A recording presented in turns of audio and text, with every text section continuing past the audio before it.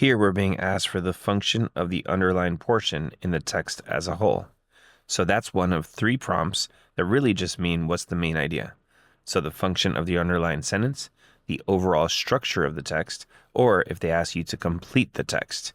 All 3 of those really just mean find the main idea. So let's start reading generally. In this year, this scholar cautioned technology investors and enthusiasts who predict books' ultimate displacement by newer forms of media. He observed that the concept of an interactive text is much older than we assume, extending back to the first time readers scratched notes into a text's margins.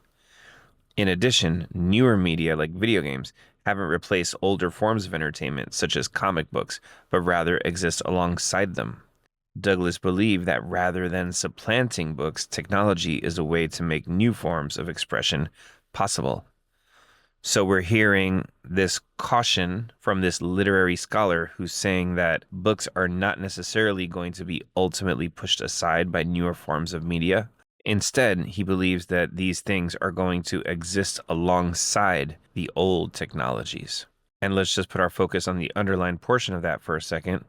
So Douglas observed that the concept of an interactive text is much older than technologists assume, extending back to the first time readers scratched notes into a text's margins. So in my own words, I might say that that underlined part is kind of redefining something that we've all assumed to be the case, that an interactive text is a new thing, and it's kind of redefining it to say, well, what you think is a new thing is actually something that has existed for a long time. So I'll just jot down that word so it stays fresh in our minds, redefining. And let's start looking at the answers.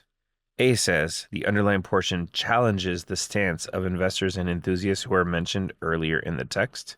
Maybe it's challenging their concept of interactive text.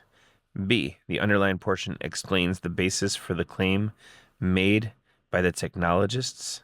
You might call this the basis of the claim. We'll leave that for later. C, it suggests that academics are better suited than investors to see the potential uses. There's nothing really in the underlined portion about academics doing a better job than investors. It's just talking about the meaning of an interactive text. And D, it provides a historical anecdote about the technological challenges. Well, no, it's just redefining the idea that interactive texts have actually existed since the beginning of books. And going back to the 2 answers that we saved for later, the underlined portion is not explaining the basis of the claim that was made by technologists. If anything, the claim was being made by the literary scholar, Jeremy Douglas.